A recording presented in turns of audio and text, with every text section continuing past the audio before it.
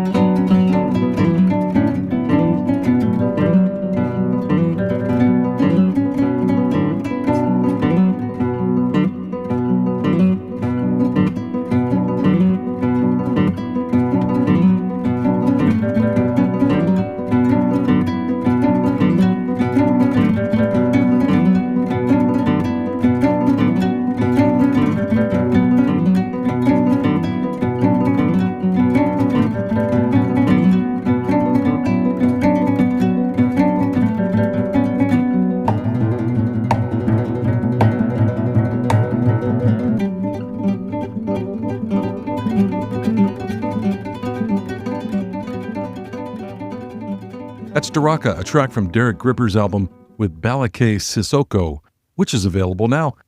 Derek Gripper is my guest today. Hey, Derek, Happy New Year, first of all, and welcome to Backstage Bay Area. Hey, Happy New Year to you too, Steve. Right. Happy 2025. Where am I reaching you today? I'm in Cape Town at my house, enjoying the summer. The doors are open to the garden. It's rather marvelous. I'm going to be leaving very soon. I've had a wonderful time at home. I got back from my last tour early November, or mid-November. Yeah, it's been a good time at home. Some of our listeners may be new to your music. Can you bring them up to speed with a brief overview of your musical career? Yeah, so I'm a guitar player. I suppose that's a good place to start. I learned classical guitar. I suppose the significant thing for many listeners is the work I've done with the kora, not to be confused with choral. The kora, K-O-R-A, or C-O-R-A in the French, in the English version, is a 21-string harp played in West Africa. And a number of years ago, I discovered the music of one of our greatest kora players, one of the greatest instrumentalists, of our time, Toumani Diabate. And I translated a lot of his music for solo guitar, first on an album called One Night on Earth, which was kind of, the guitar has a long history in the music of the area of West Africa. But there are a few things that are unique. Firstly, what the kora does in general, and then specifically Toumani's kora style was pretty unique. And this contrapuntal kora style, often three parts going at the same time with these wonderful improvisations. It's kind of like the Keith Jarrett of West Africa, of the kora. So yeah, I translated a lot of his music, recorded that, and I've been carrying on doing what I was doing before as well. But carrying on, the music that I was playing before, Bach, my own compositions, Egbert Gismonti, I was, working a lot with his music. So just always trying to find a language and a way of playing the classical guitar that moved me and that spoke to my particular musical interests, which weren't, with the traditional classical guitar repertoire. So yeah, it's an ongoing project to try and find a voice for the guitar that makes sense to me, and that's what I'm doing. Let's discuss your collaboration with kora master Ballaké Sissoko.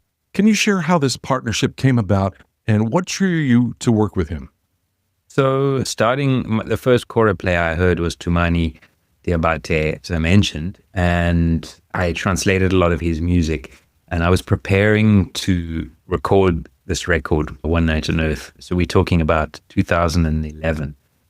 It'd been 10 years that I'd listened to Toumani, and about 6 months or a year since I started saying, let's actually transcribe this music. It was a big inspiration for me, and the way of playing affected how I played, but I hadn't ever thought to write the music down and actually play it as a composition. So I did that work, and I started looking further afield, and the first album I came across was called Chamber Music, and it was a duo album of a cello player called Vincent Segal from Paris, and another kora player called Ballaké Sissoko, who had played with Toumani on a duo record in 1996, and who had played in the national ensemble of Mali with Toumani's father, and whose father had played with Toumani's father and recorded a very famous early 70s record, which was a kind of seminal solo kora record.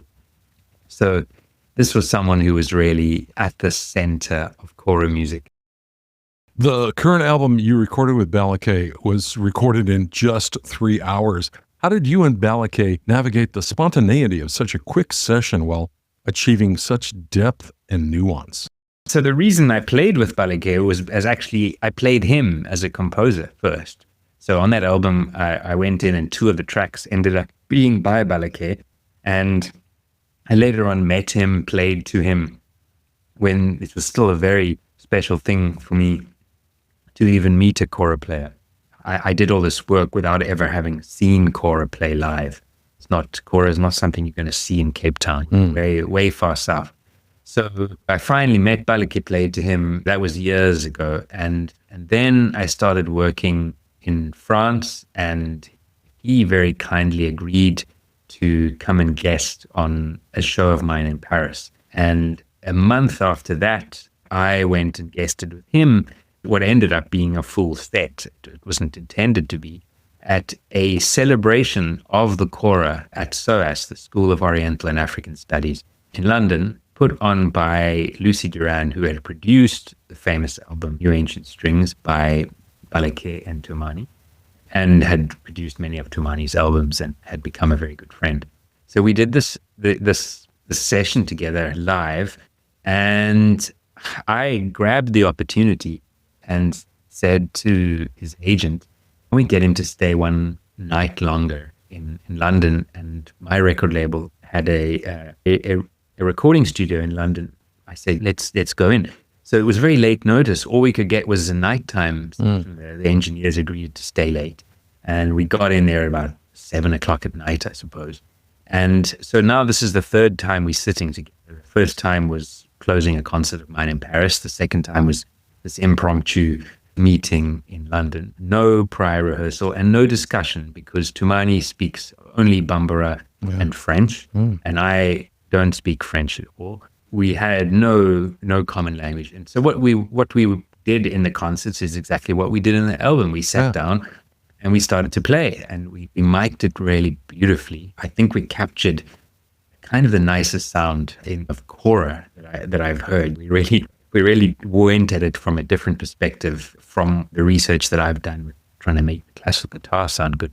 So I'm quite proud of the sound, and the engineer did an incredible job. It's a beautiful studio. And we just sat there for 3 hours without talking and played.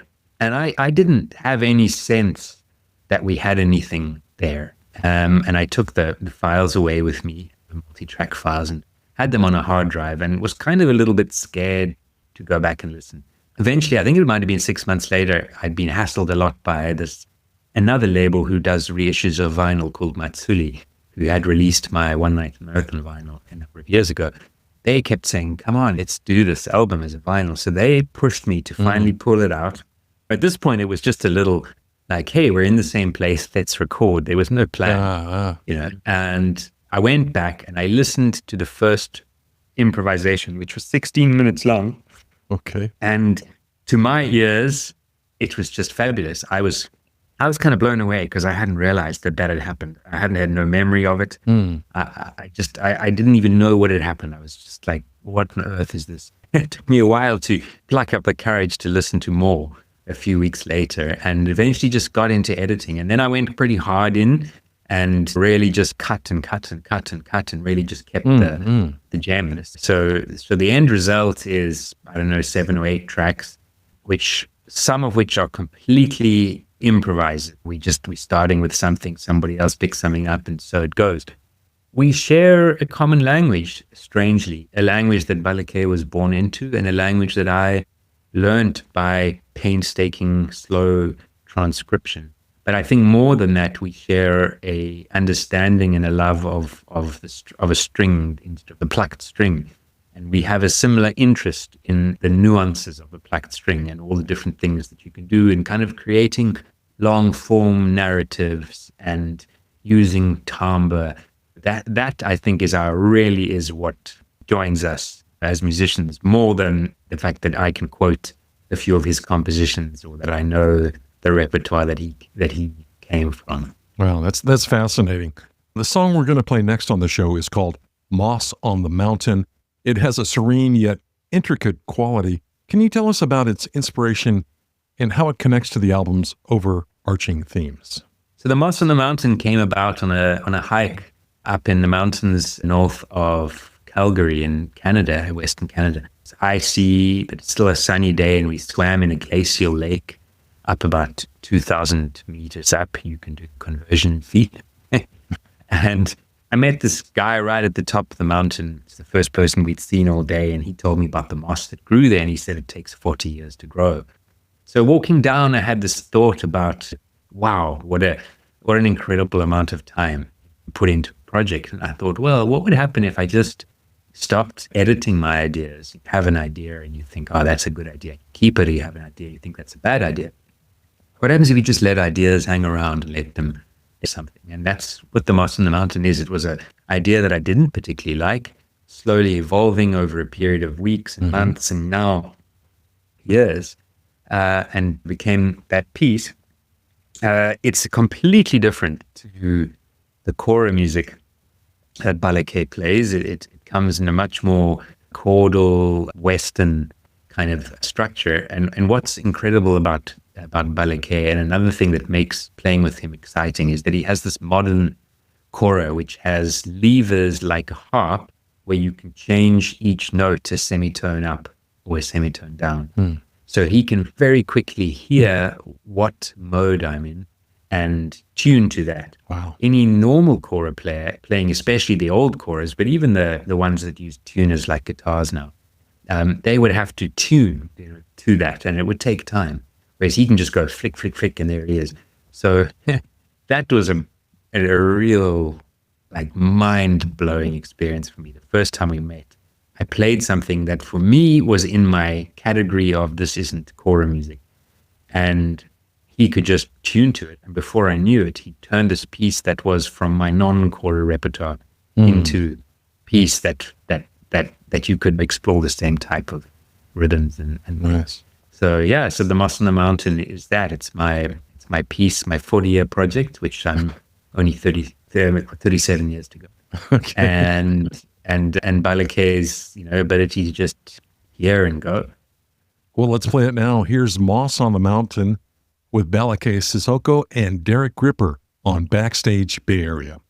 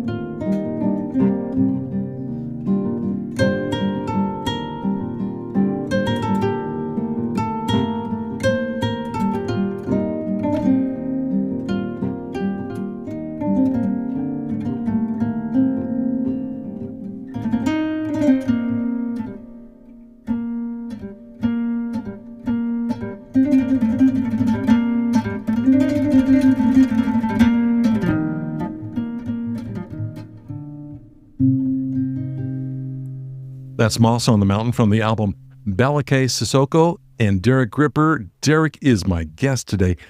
Derek, your music has been described as a blending of the Cape's transcultural heritage with African string traditions. How do you approach melding these influences into your composition? Oh, that's a very kind description. I don't know who said that. Primarily a classical guitarist. That's my training and upbringing.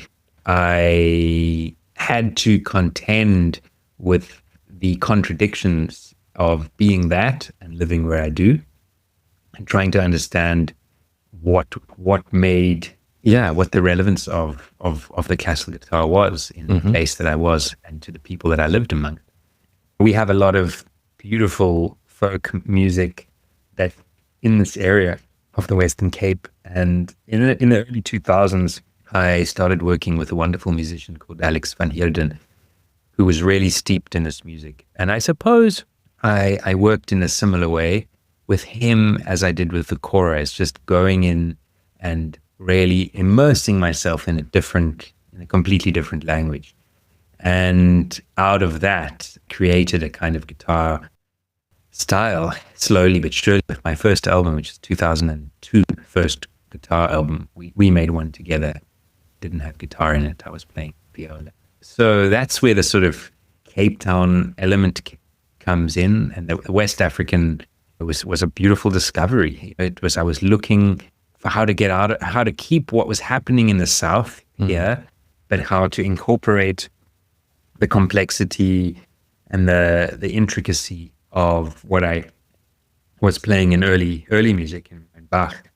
And when I heard Tumani Diabate's kora, that was the light bulb moment. So I suppose learning that music has been a way to just try and bridge that divide between classical music, between European classical music and African classical music, and folk music and serious music. And that's just a kind of bouncing.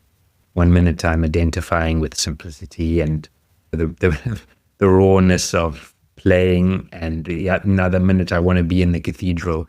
So it kind of goes like that. It's a bit tiring. That's beautiful. The track we're going to play up next is called Ninkoi. It feels like a perfect balance of rhythm and melody. How did this composition reflect your creative dynamic with Ballaké?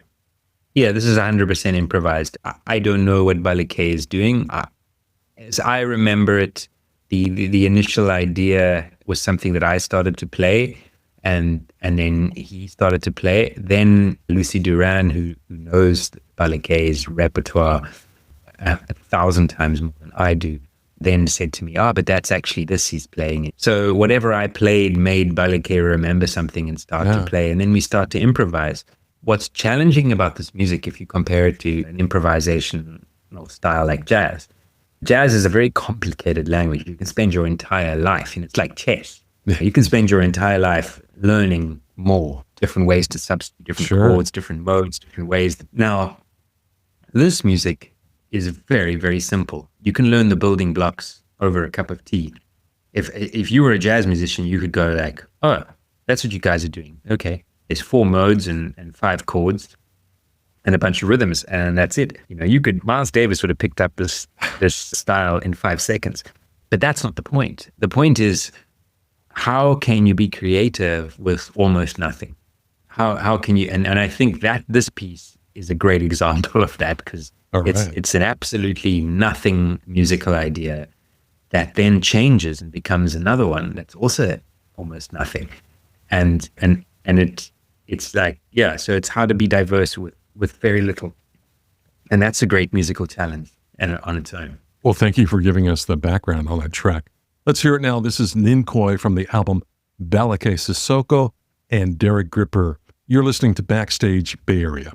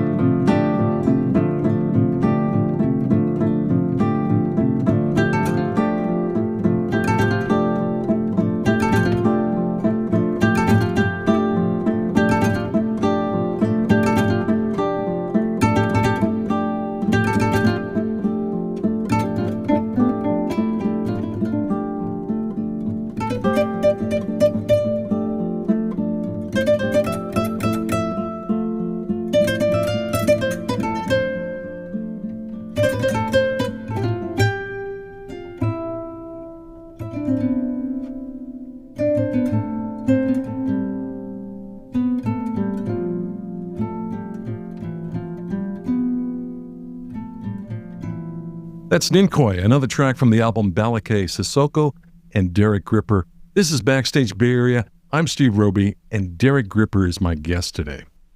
Derek, how does performing with Ballaké Sissoko compare to your solo performances? What have you learned from this collaboration that you'll carry into your future projects? I'd say that Ballaké is the closest to playing with Ballaké is the closest to playing by yourself in the sense of having the freedom to go anywhere and knowing that that's not going to be a problem, that he can follow and vice versa. What I'm definitely have learned from it is how little you can actually do, and that when you're playing solo, you feel like you have to, especially this style that I'm playing, which is a kind of multi-layered style. You feel like you have to have so much going at the same time. And Tumani's kora playing was very dense. There was just so much going on. Ballaké has taught me that you can do a lot with very little, and to really keep that space, and you can hold something together with just tiny elements.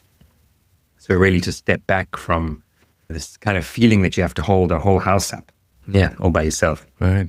So your show at the Raven Performing Arts Theater in Healdsburg is coming up on January 26th. It's highly anticipated here, a kind of a buzz, local buzz of some fans I've heard talking about it. What can those fans and others in the audience look forward to from this performance? And will you be playing pieces from the album? We won't be playing pieces from the album. We might. Probably Moss on the Mountain. A lot of that album is lost, so it's gone.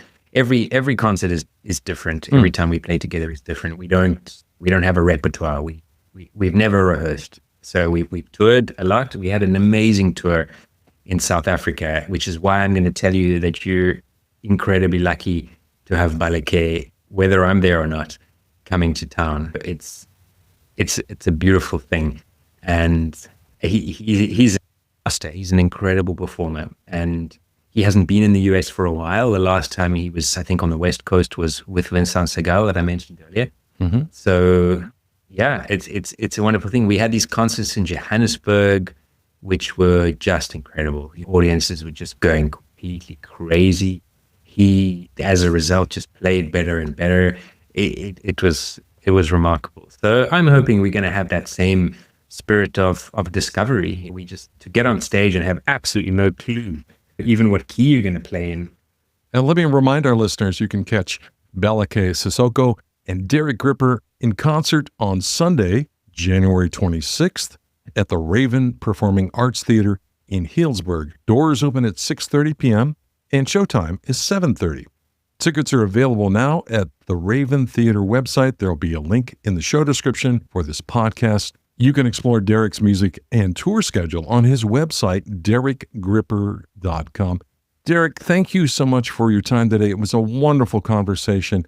I look forward to the upcoming concert in Healdsburg, and it was nice to reconnect with you.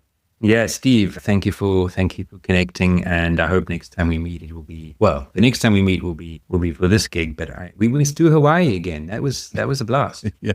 All right. Happy New Year, and it's great talking with you again. Okay. Cheers. Hey musicians, would you like to be a guest on Backstage Bay Area? Just email the host and let him know when you'll be playing in the Bay Area. The address is backstage.sfbay@gmail.com. Thank you for tuning into the Backstage Bay Area podcast. Don't forget to visit us online at backstagebayarea.com for more insights and stories. Be sure to join us next time for more engaging conversations with local talent and touring musicians. Until then, keep the music alive, and we'll see you backstage.